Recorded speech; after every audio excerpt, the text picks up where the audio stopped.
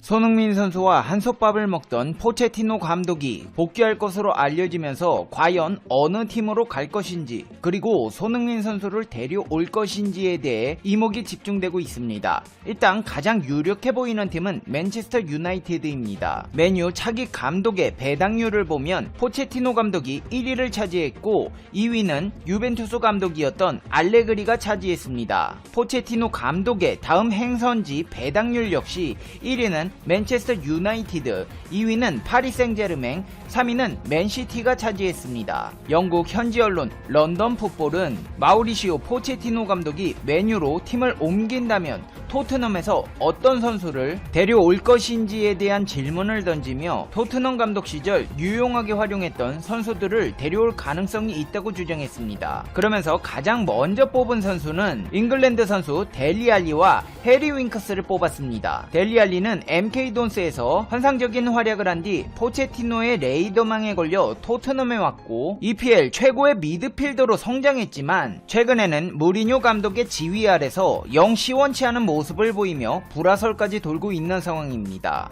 윙크스 또한 토트넘 유스 출신으로 내내 백업 멤버에 머물다 포체티노의 신임을 받아 2016-2017 시즌 이후 20경기 이상씩 꾸준히 소화했지만 델리 알리와 마찬가지로 포체티노가 팀을 떠난 뒤 기회를 받지 못하고 있습니다. 지오바니 로셀로와 토비 알더베이럴트도 언급되었는데요. 로셀로 역시 조세 모리뉴 체제에서 철저하게 외면받고 있습니다. 알더베이럴트는 31살로 나이가 다소 많기는 하지만 맨유 수비의 불안을 해결해줄 경험과 기량을 가지고 있다고 언급했습니다. 풋볼 런던에서 언급한 4명의 후보에는 들지 않았지만 손흥민 역시 포체티노 감독과 환상적인 궁합을 보여줬다는 측면에서 꾸준히 언급되고 있습니다. 현재 손흥민은 토트넘과 메가톤급 계약을 앞두고 있지만 금액이 국내 팬들이 생각한 만큼 많지 않다 보니 짠돌이 팀에 머무는 것보다 좀 더 큰 팀으로 가 더 많은 연봉과 함께 우승해야 하는 것 아니냐는 주장들이 나오고 있습니다. 그렇다고 포체티노 감독의 차기 행선지로 유력한 맨유가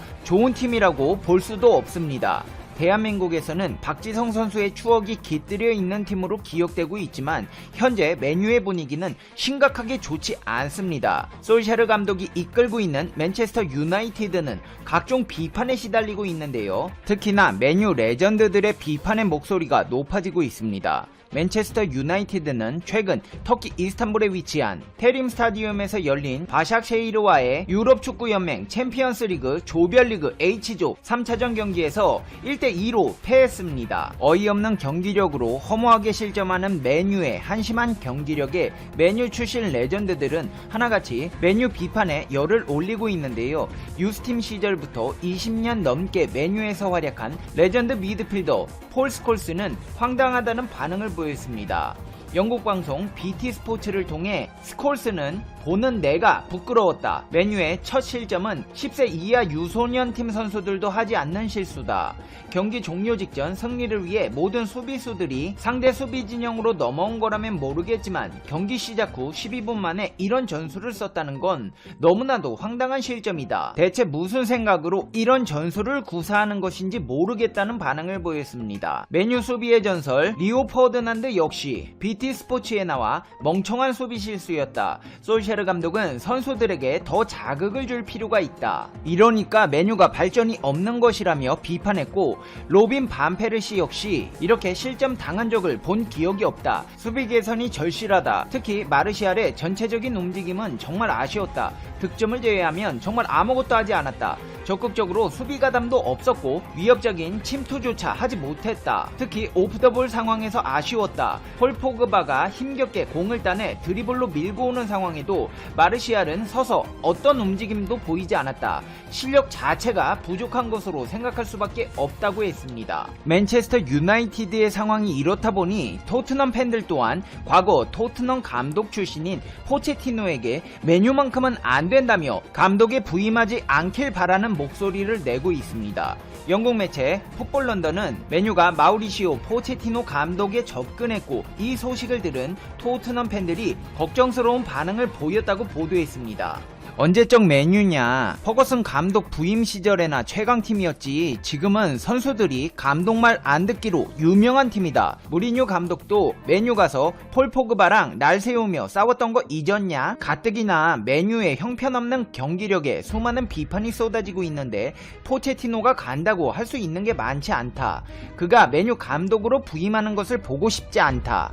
메뉴, 아스널, 그리고 첼시를 빼곤 어떤 구단이라도 상관없다. 메뉴엔 큰 문제가 있다. 솔샤르를 계속 기용하라는 등 대부분 포체티노 감독이 메뉴에 부임하는 것에 대해 부정적인 반응을 보였습니다. 상황이 이렇다 보니 맨시티가 포체티노 감독의 차기 행선지가 되어야 한다는 주장들이 목소리를 높여가고 있는데요. 실제로 영국 이브닝 스탠다드는 맨체스터 시티가 포체티노를 원한다는 기사에서 과르디올라 감독 후임 후보 최종 명단에 포체티노가 올라있다고 전했습니다. 과르디올라 감독의 계약은 이번 시즌까지 재계약 소식이 없어 맨체스터 시티가 비상계획을 세우고 있다는 것을 의미한다는 보도를 냈는데요. 과르디올라 감독은 지난 2016년 맨체스터 시티에 부임해 프리미어리그 2회 우승, FA컵 1회 우승, EFL컵 3회 우승 등 여러 트로피를 들어 올렸지만 정작 맨체스터 시티 수뇌부에서 바라는 챔피언스리그 우승은 한 번도 차지하지 못했습니다. 게다가 현재 리그에서 맨시티답지 못한 성적을 거두고 있다는 점도 과르디올라 감독의 입지를 위태롭게 하고 있습니다. 과르디올라 감독은 내년 6월 맨시티와 계약이 만료됩니다. 맨시티는 여러 차례 재계약을 추진해왔지만 과르디올라 감독은 정확한 속내를 드러내지 않고 구단 수뇌부에 애를 태워왔는데요. 재계약이 늦어지자 내년을 끝으로 과르디올라가 바르샤로 옮겨가는 것 아니냐는 주장들이 나오고 있습니다. 특히나 리오넬 메시와 불화를 빚었던 호세 마리아 바르토메우 전 바르셀로나 회장이 사임한 상황에서 유력한 신임 회장 후보자가 내가 회장이 되면 시즌이 끝나고 과르디올라를 다시 감독에 앉히겠다고 선언하며 과르디올라 감독의 바르셀로나 복귀설이 수면 위로 떠오른 상태입니다. 마침 레전드 선수들의 발언들도 손흥민의 맨시티행을 부추기고 있는 상황인데요.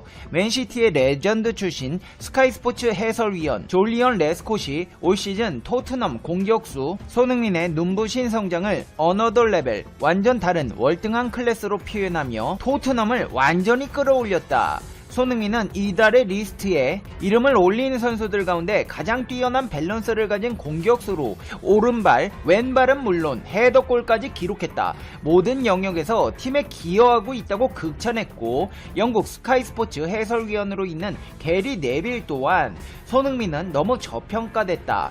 다른 톱클래스 선수들처럼 평가받지 못하고 있다.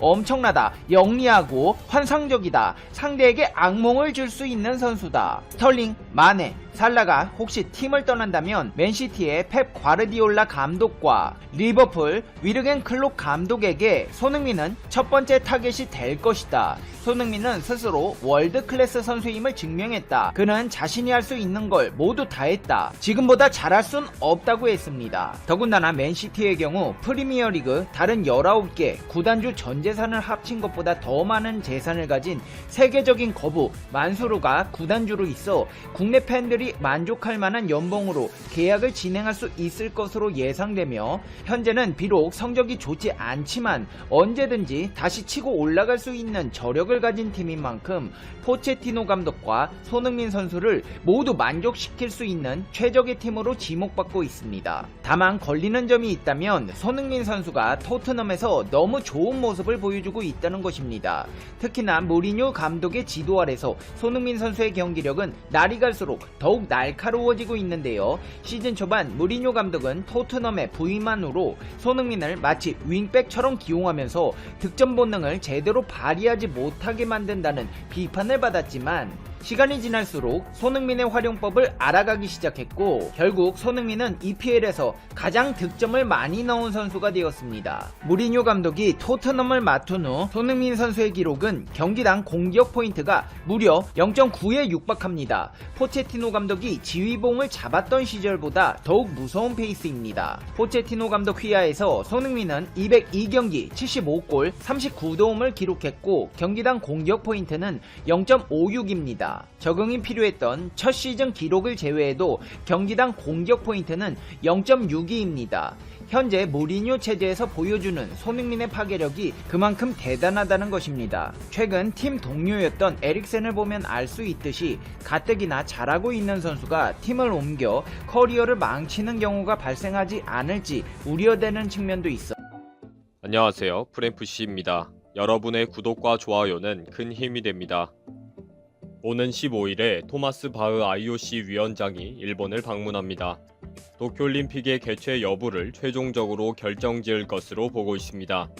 일본은 이렇게 저렇게 머리를 굴리면서 IOC가 다 책임지는 방향으로 가기를 원합니다.